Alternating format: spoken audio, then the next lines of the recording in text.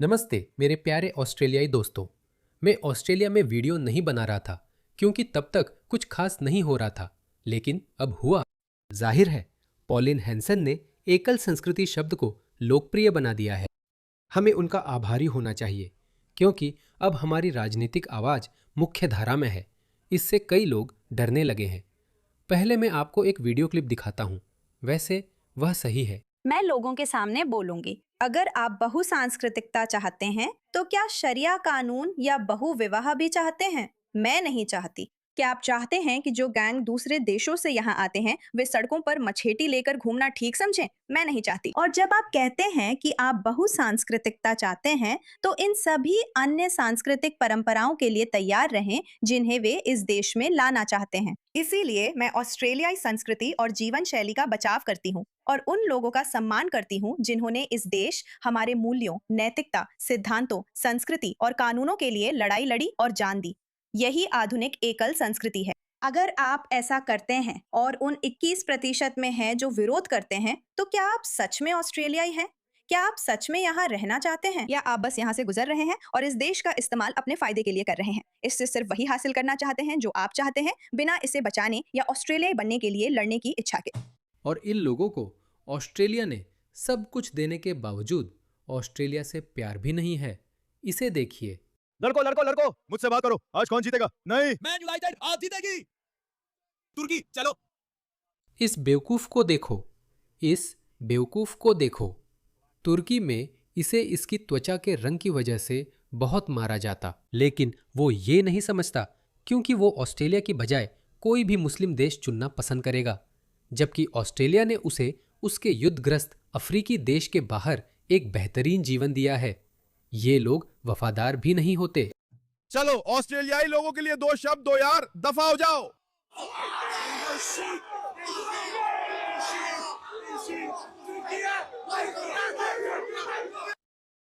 क्या वो अर्जेंटीना की जर्सी है?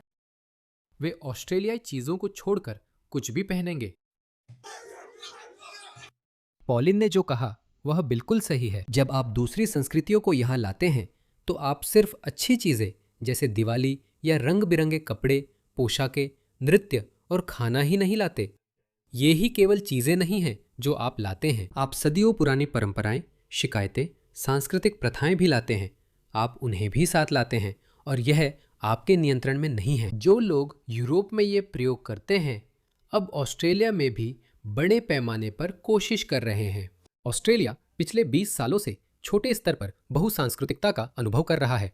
मैं कहूँगा कि शायद पिछले 40 सालों से ऐसा हो रहा है। पिछले 5 सालों में, खासकर कोविड के बाद, उन्होंने इसे कई गुना बढ़ाया है और अब हम इसके नतीजे देख रहे हैं। इस जोकर की बात सुनिए। ये क्रिस मिन्स हैं, न्यू साउथ वेल्स के प्रीमियर। ये पॉलिन हैंसन को जवाब दे रहे हैं।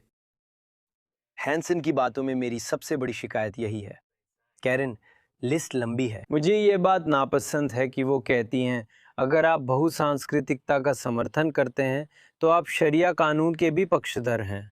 कई पत्नियां रखना, मचेते वाले गिरोह। अगर आप बहुसांस्कृतिकता के समर्थक हैं तो शरिया कानून का समर्थन जरूरी नहीं। ये सब बकवास है। ये बकवास क्यों है? यही बहुसांस्कृतिकता का असर है। ये आपके बस में नहीं। आप 2 साल में यहाँ नहीं होंगे। आप अपनी करोड़ों की दौलत के साथ शायद किसी श्वेत समाज में गोल्फ खेल रहे होंगे। आपके बस में नहीं कि इसके साथ क्या आता है। इसे देखिए, बस यूके को देखे, हमारे सांस्कृतिक पूर्वज। क्योंकि ऑस्ट्रेलिया में जो लागू हो रहा है वह यूके में पहले ही हो चुका है। आप हेनरी नोवाक को जानते हैं? देखिए, यही होता है। यही बहुसांस्कृतिकता है। हटो हटो। एक गोरे आदमी पर दूसरी संस्कृतियों के लोगों द्वारा हमला किया जाता है। हटो।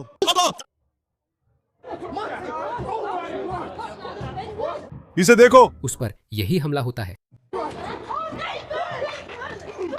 और पुलिस वाली आती है और वह उसी आदमी को पकड़ती है जिस पर हमला हुआ था। क्यों? क्योंकि वह गोरा है। एक और पुलिसकर्मी उनके पास जाकर पूछता है, आप ठीक है? हटो, नहीं, उसे विंग्स ले जाओ। हाथ ऊपर करो, ध्यान से देखो। वह उन्हें जाने देती है। वापस आओ। अपनी पीठ के पीछे। इसे देखो। वो औरत वापस आ गई है, उसने उन्हें जाने दिया। क्या तुम देखना चाहते हो कि और क्या हो रहा है? ये आयरलैंड है।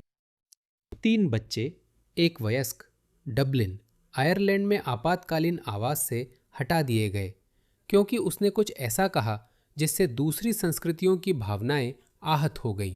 उन्होंने सचमुच उसे बेघर कर दिया। मैं मरना नहीं चाहती।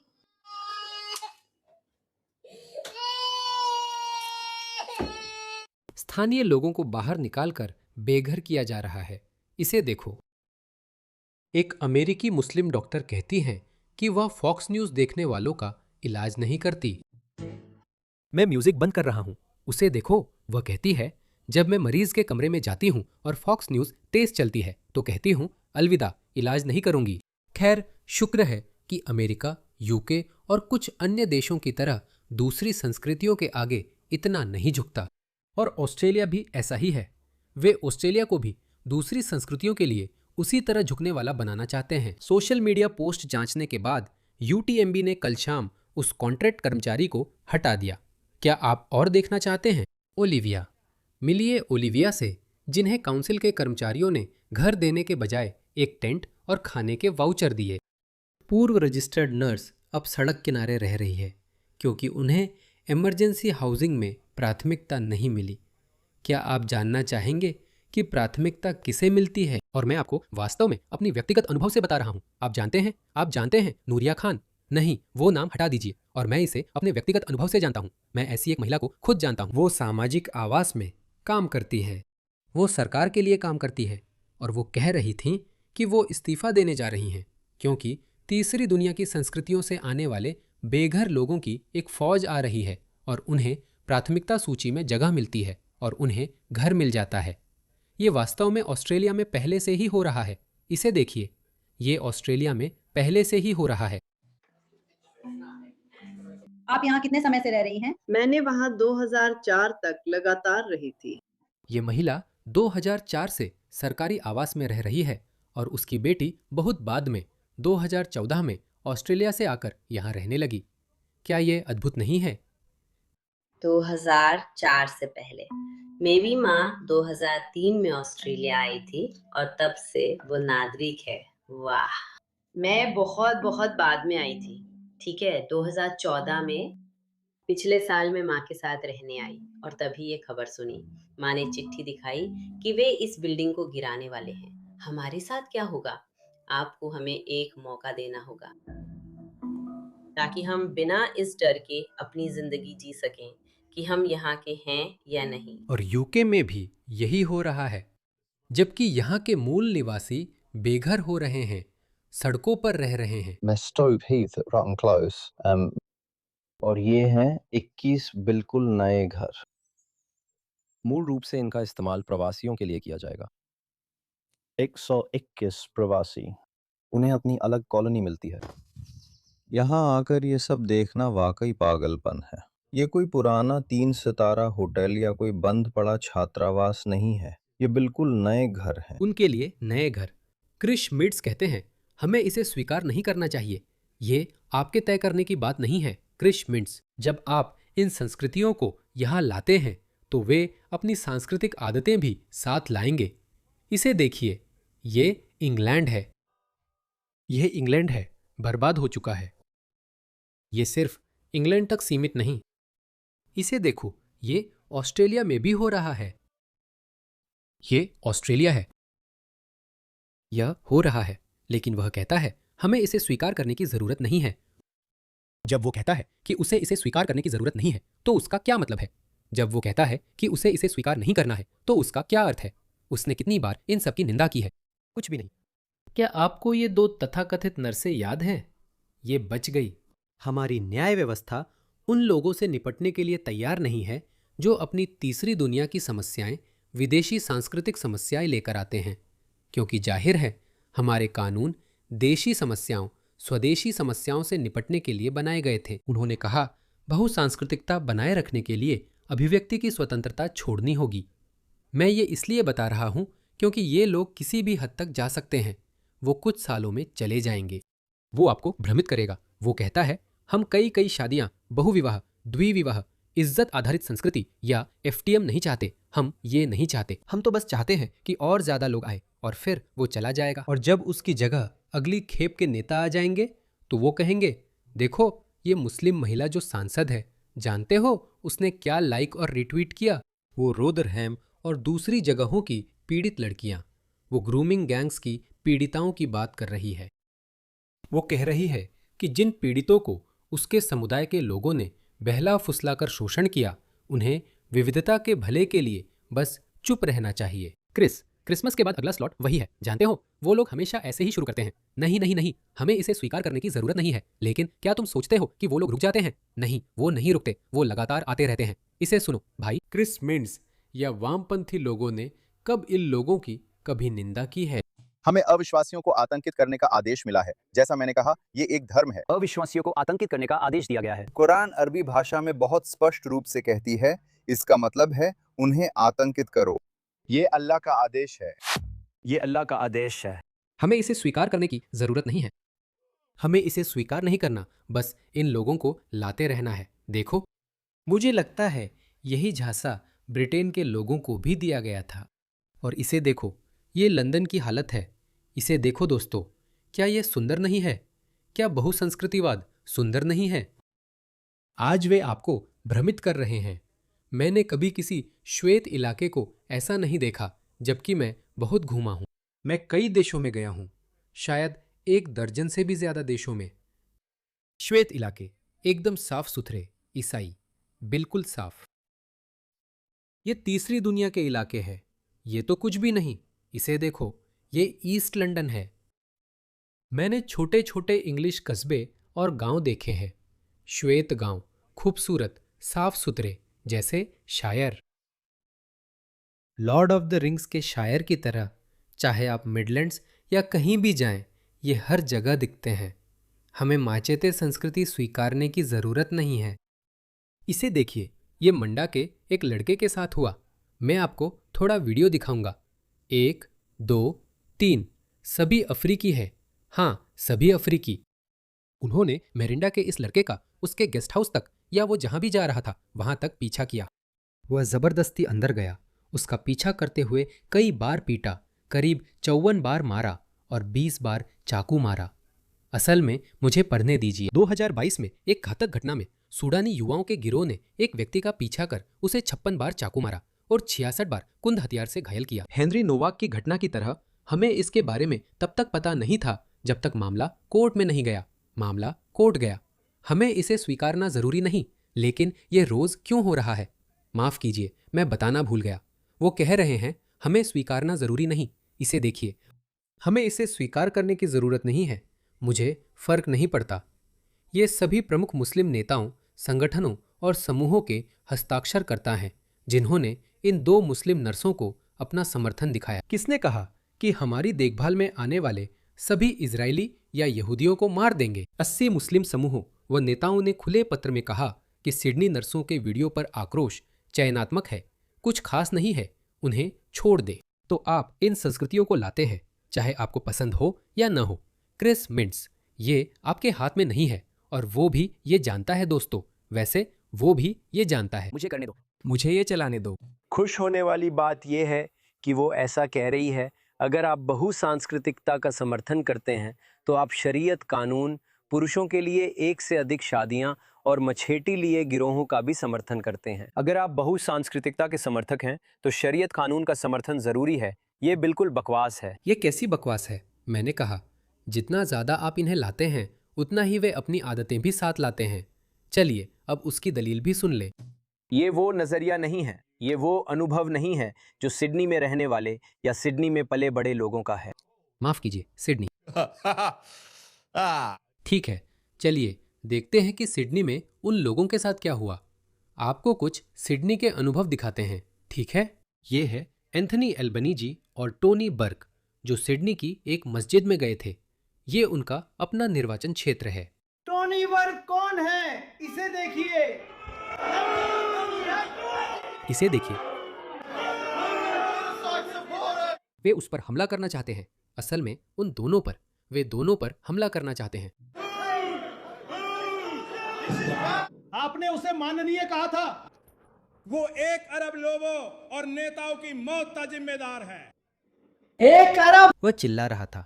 ये लोग टोनी बर्क और एंथनी एल्बनीजी पर उनके अपने क्षेत्र में चिल्ला रहे थे। यह इन लोगों का वास्तविक अनुभव नहीं है। आप इन लोगों को यहाँ लाते हैं, वे अपनी शिकायतें, अपना गुस्सा, अपनी सांस्कृतिक प्रथाएं, सम्मान, संस्कृति, बहुपत्नी प्रथा, सब कुछ लेकर आते हैं। वे सब कुछ लेकर आते हैं। मैं उनमें से एक हूँ। मैंने यहाँ अपनी पूरी जिंदगी बिताई है और मैं यहाँ अपने परिवार की परवरिश कर रहा हूँ। वह कहाँ रहता है? मुझे नहीं लगता कि वह बैंक्सटाउन में रहता है।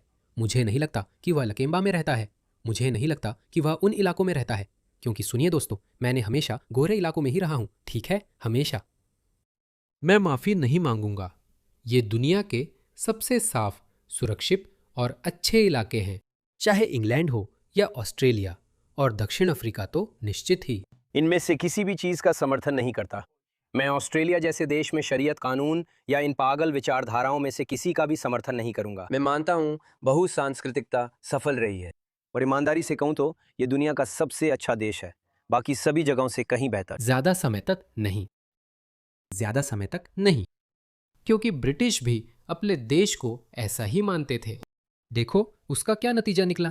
ये बर्मिंघम है दोस्तों, ये बर्मिंघम है, इंग्लैंड का दूसरा सबसे बड़ा शहर। इसे देखो, इसकी हालत देखो। उसने कहा हमें शरीयत कानून को स्वीकार करने की जरूरत नहीं है। उसे क्या लगता है कि ये लोग किस पर विश्वास करते हैं? देखो, असल में जानते हो क्या, यहां तुम्हें एक भी औरत नहीं दिखेगी। यहां कोई औरत नहीं, मर्द ऐसे बैठे जैसे मोगादिशु हो। देखो जरा, तुम्हें एक भी औरत नहीं दिखेगी।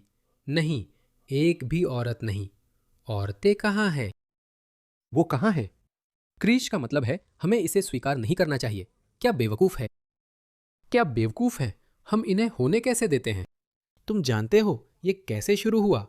ये सब अच्छी नीयत से शुरू हुआ था। ऐसे ही ये 70 के दशक में शुरू हुआ था। 60 के दशक का ये वीडियो देखो। हमें सबको एक दुनिया, एक मानवता के नजरिए से सोचना चाहिए। अगर हमें दुनिया शांतिपूर्ण बनानी है तो सबकी कुछ अंतर्राष्ट्रीय जिम्मेदारियां हैं जिन्हें निभाना होगा। बाकी दुनिया के लिए, बाकी दुनिया का मसीहा बनने वाला गोरा रक्षक। क्या आपको लगता है कि हमें जितने ज्यादा लोगों को समेट सकते हैं उतनों को ले लेना चाहिए? हाँ, मुझे लगता है, बिल्कुल। मुझे लगता है हमें मिलकर इन लोगों की जरूरतें पूरी करनी चाहिए। इससे जो नस्लीय तनाव पैदा हो सकता है उसके बारे में आपका क्या कहना है? मुझे लगता है कि हमें स्कूलों में नई शिक्षा योजनाएं लागू करनी होंगी ताकि लोगों के नजरिए को बदला जा सके। मुझे लगता है कि हमें सभी को एकता के नजरिए से सोचना चाहिए। दोस्तों, यही से इसकी शुरुआत हुई थी। यही से शुरुआत हुई थी। हमें सबको शामिल करना चाहिए। एक राष्ट्र, एक लोग, एक दुनिया, सब कुछ। इसी तरह इसका अंत हुआ। असल में ये अभी खत्म नहीं हुआ है, अब भी चल रहा है और खत्म नहीं होगा। देखिए, ये आयरलैंड है। मुझे हैरानी है कि हमारे पास क्यों नहीं है। लाख कोशिश के बाद भी समझ नहीं पा रहा हूं। इसे देखिए, बस एक अफ्रीकी आदमी जो अफ्रीका से आया था, उसने आकर लोगों की गाड़ियां तोड़नी शुरू कर दी। इसे देखो, बस यही है। वो कह रहे हैं कि हमें इनमें से कुछ भी स्वीकार करने की जरूरत नहीं है। ये तुम्हारे तय करने की बात नहीं है क्रिसमिस, ये तुम्हारे तय करने की बात नहीं है। इसे देखो, सिर्फ 20 साल पहले बेल्जियम ऐसा ही था। बाई ओर बेल्जियम है, बाई ओर आप देखेंगे, बाई ओर 2005 में ब्रुसेल्स, दाई ओर आप आज का ब्रुसेल्स देखेंगे। लीबिया एक शौक है। देखो वो, देखो वो, देखो कितना शांत है। और देखो, वैसे भी तुम बेल्जियन लोगों को नहीं देख पाओगे। इनमें से कोई भी बेल्जियन नहीं है, कोई भी नहीं। जिन्होंने वो इमारतें बनाई थी, जिन लोगों ने वो सभ्यता बनाई थी, वो हमारी आंखों के सामने नष्ट हो रही है। देखो, सब कितना शांतिपूर्ण और शांत था। ये सब बहुसांस्कृतिकता के नाम पर हो रहा है। मुझे यकीन है उन्होंने भी कहा होगा, नहीं नहीं नहीं, हमें इसे स्वीकार करने की जरूरत नहीं है। ठीक है दोस्तों, ऑस्ट्रेलिया में हम लापरवाह नहीं रह सकते, क्योंकि यूरोपियन लोग कह सकते हैं कि हमें धोखा दिया गया, झूठ बोला गया, हमें पता नहीं था कि ऐसा होने वाला था। मैंने आपको वो वीडियो बताया था। मैंने आपको 60 के दशक के उस बूढ़े आदमी की वीडियो दिखाया था। उनके इरादे नेक थे। अगर आप ऐसा सोचे तो माफ किया जा सकता है, क्योंकि पेट भरा हो तो आप दुनिया की मदद करना चाहते हैं, लेकिन हम उस स्थिति में नहीं हैं। देखिए, ये है ब्रॉड मैटर्स का हाल। ये ब्रॉड मैटर्स है। मेलबर्न का मुस्लिम इलाका। लाइन देखिए, लाइन देखिए।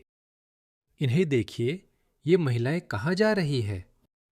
इसे देखिए, आपको क्या लगता है ये किस तरह के बच्चों की परवरिश करेंगी? क्या वे ऐसे होंगे? अरे चलो टीम ऑस्ट्रेलिया का समर्थन करे। या फिर वे अपनी सांस्कृतिक विरासत, अपने पूर्वजों के देश के प्रति वफादार रहेंगे। एक महिला, सिर्फ एक महिला, ये तो बस वक्त की बात है।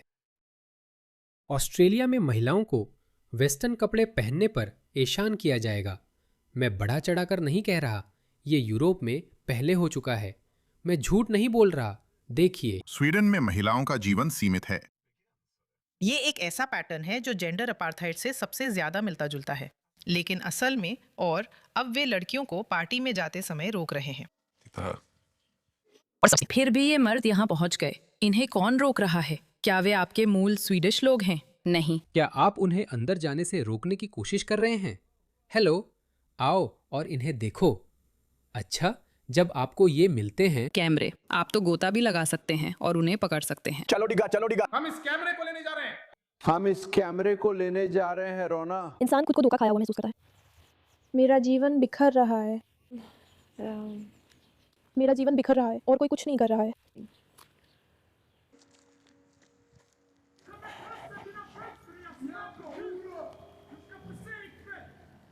तुम ऐसा बस कह नहीं सकती। तुम्हें इसे सही तरीके से करना होगा। तुम ऐसा बस कह नहीं सकती, तुम्हें इसे सही तरीके से करना होगा। आज रात तुम्हारी खिड़कियां तोड़ी जाएंगी।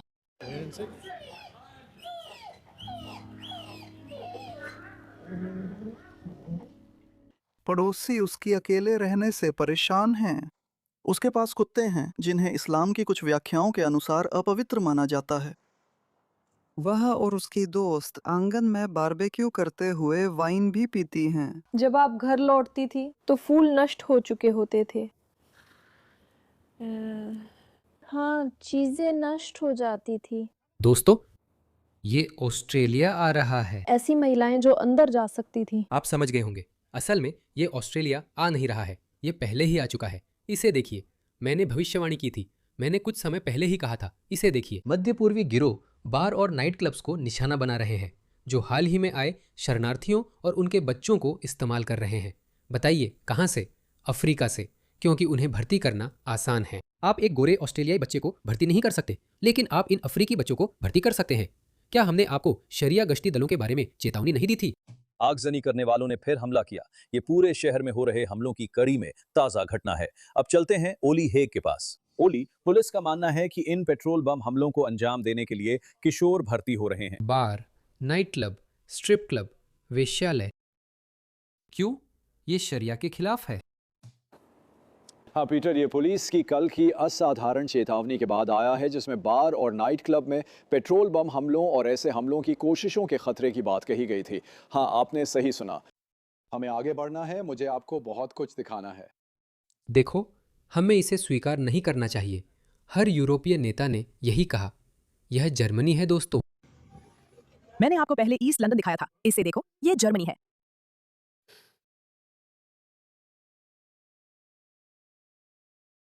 सुंदर है ना? मेलबर्न की साफ सुथरी सड़कें आगे चलकर ये ऐसी ही दिखेंगी। अब हमारे पास और अफ्रीकी गैंग्स हैं। इसे देखो, ये हुआ, ये हाल ही में ग्लेन वेवरली में हुआ। एक बहुत अच्छा इलाका, पहले बहुत सुंदर था। द ग्लेन शॉपिंग सेंटर, जहां मैं अक्सर जाता था। एक 76 वर्षीय बुजुर्ग ऑस्ट्रेलियाई अपने बिस्तर में सदमे में मिला। उसके घर 4 अफ्रीकी दिखने वालों ने घुसपैठ की, जबकि गैंगस्टर भी आमतौर पर ऐसा नहीं करते थे। वे प्रतिद्वंद्वी गैंग के सदस्य के घर से बाहर आने का इंतजार करते थे और फिर उसके घर के सामने उसे गोली मार देते थे या फिर गाड़ी से निकलते हुए फायरिंग कर देते थे।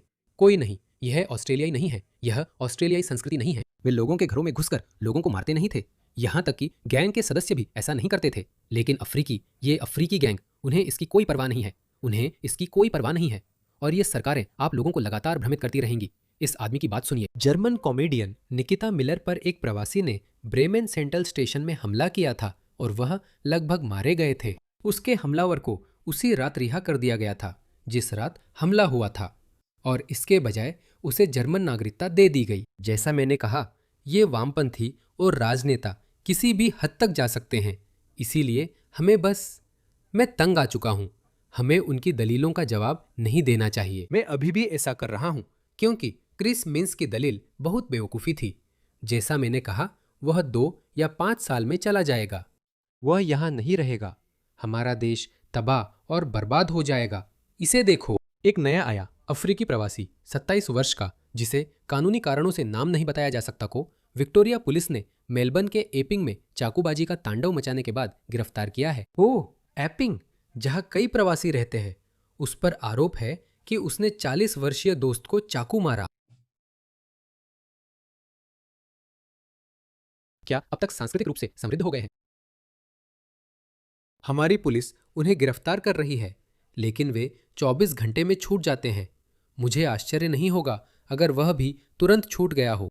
और महिलाएं, उदारवादी पश्चिमी महिलाएं, जो इन बर्बर लोगों के लिए इस आत्मघाती सहानुभूति की जड़ में हैं। देखिए उनके साथ क्या होता है। ये पेरिस की एक महिला है। उस पर पानी या वाटर गन का तरल छिड़का जाता है।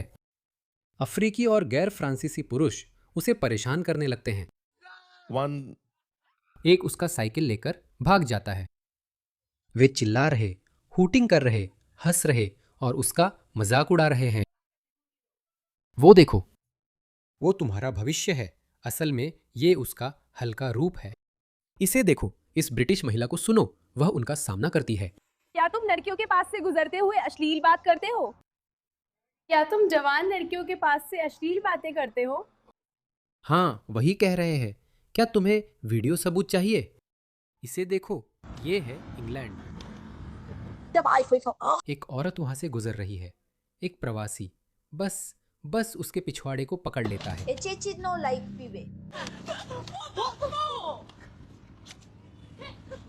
और देखना है दोस्तों, दया ऐसी दिखती है। ये जर्मनी है। वो इसे पकड़ता है, देखो, अश्लील इशारे करता है। दोस्तों, दया का हाल देख रहे हो? वह चिन्ह देखो। दया कैसी चल रही है? यही होने वाला है। ये ऑस्ट्रेलिया में नया सामान्य बनने वाला है, क्योंकि हम बहुसांस्कृतिकता चाहते हैं। बहुसांस्कृतिकता। ये सब अचानक नहीं हुआ दोस्तों, ये सब अचानक नहीं हुआ। ये सब बहुत नया है। यहाँ तक कि यूरोपीय भी इसे स्वीकार कर रहे हैं। सदी की शुरुआत में यूरोप में मुस्लिम आबादी केवल आधा मिलियन थी। आज की बात करें तो यह 50 मिलियन है। 50 मिलियन, जो ऑस्ट्रेलिया के आकार से 2 गुना है। अब यूरोप में 50 मिलियन मुसलमान हैं। सदी की शुरुआत में यह संख्या 5 लाख से कम थी और हर दिन और लोग आ रहे हैं। इन देशों के नेता वही करने की कोशिश करते हैं जो बाइडेन ने यहाँ किया था, गड़बड़ी करना। चीजें लंबी होती जा रही हैं, लेकिन ये वही लोग हैं दोस्तों। ऑस्ट्रेलिया में भी वही लोग ऐसा कर रहे हैं। ये वही लोग हैं और ये किसी भी हद तक जा सकते हैं। इसी वजह से ये पॉलिन के पीछे पड़े हैं। वही हमारी एकमात्र उम्मीद है। हमारी एकमात्र उम्मीद। इस बूढ़े बूमर की बात सुनो। ये अब उस समय से ज्यादा बढ़ गया है जब उन्होंने मुसलमानों पर टिप्पणी की थी। कुछ लोग तो ये भी कहेंगे कि उसके लिए हेट लॉस के तहत उनकी जांच हो। यही तरह की बात है, हेट लॉस के तहत। इसी वजह से उन्होंने ये हेट लॉस बनाए हैं।